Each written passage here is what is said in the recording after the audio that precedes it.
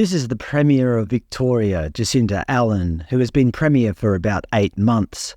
This is Natalie Hutchins, the Minister for Women.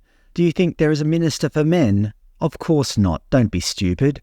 Only half the population need a dedicated minister, even though according to the Australian Institute of Health and Welfare, males are around 3 times more likely to die by suicide than females, almost 7 men every day.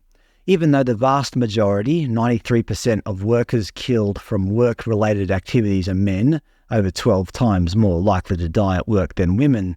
Even though most victims of homicide in Australia, 69%, are male, according to the most recent homicide report by the Australian Institute of Criminology, compared to 30% female, 1% was indeterminate.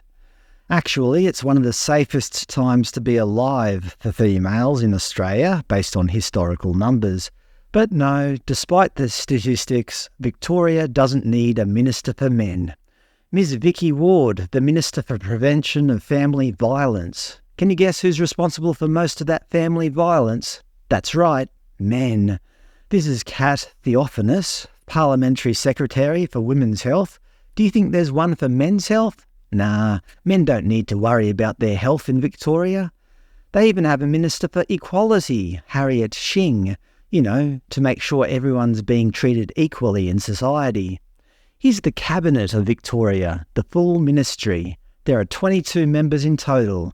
There seems to be something odd about this ministry. Can you tell? Something, how would you say, unequal. 15 members are female, while only 7 are male. Outnumbered more than 2 to 1. I don't think the Minister for Equality is doing her job. But just when you thought this can't get any worse, the Premier decides to release a statement demonising men even further. This was released a couple of days ago, 28th of May. I'm announcing several changes to Parliamentary Secretary responsibilities. Tim Richardson will become Parliamentary Secretary for Men's Behaviour Change, continuing the Allan Labor government's priority to make Victoria a safer place for women and children and work to end the tragedy of deaths of Victorian women at the hands of men.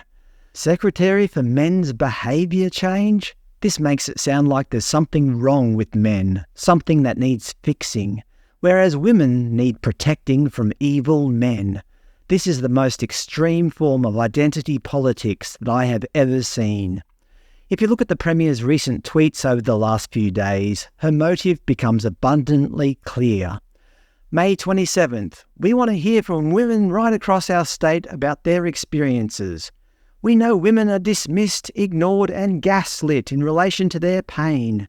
We've ticked over 7,000 responses to our Women's Pain Survey. May 28th, we just appointed the first Parliamentary Secretary for Men's Behaviour in Australia.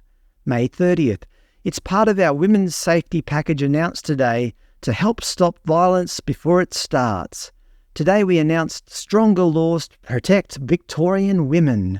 We're introducing minimum-length family violence intervention orders. Although they want you to think the opposite, let's not mince words here. Men are under political attack in Victoria. But why are they doing it? Obviously, the overwhelming majority of men don't support violence against women, or violence full stop for that matter.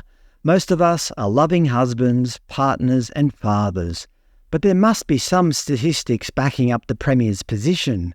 Well, if you look at the most recent homicide report, incidents of intimate partner homicide by victim sex, then yes, women are overrepresented, 89% to 11%.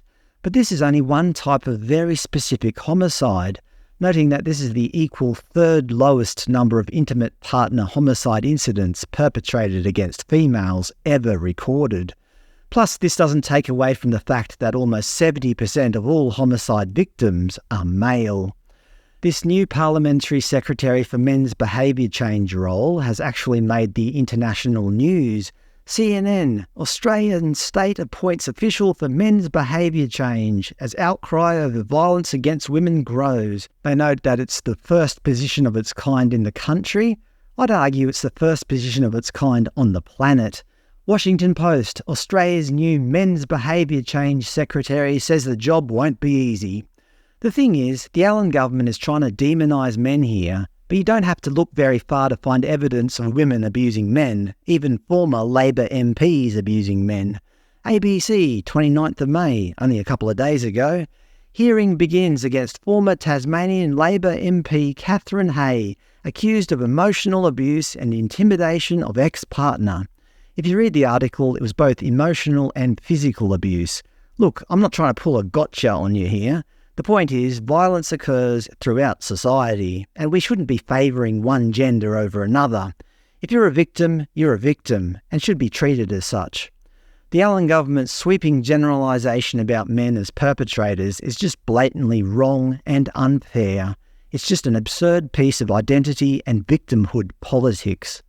Imagine if it was any other group. For example, in the most recent homicide report, homicide offenders by Indigenous status, we can see Indigenous males have a homicide rate of 17.13, compared to non-Indigenous males 1.39. That's more than 12 times the rate.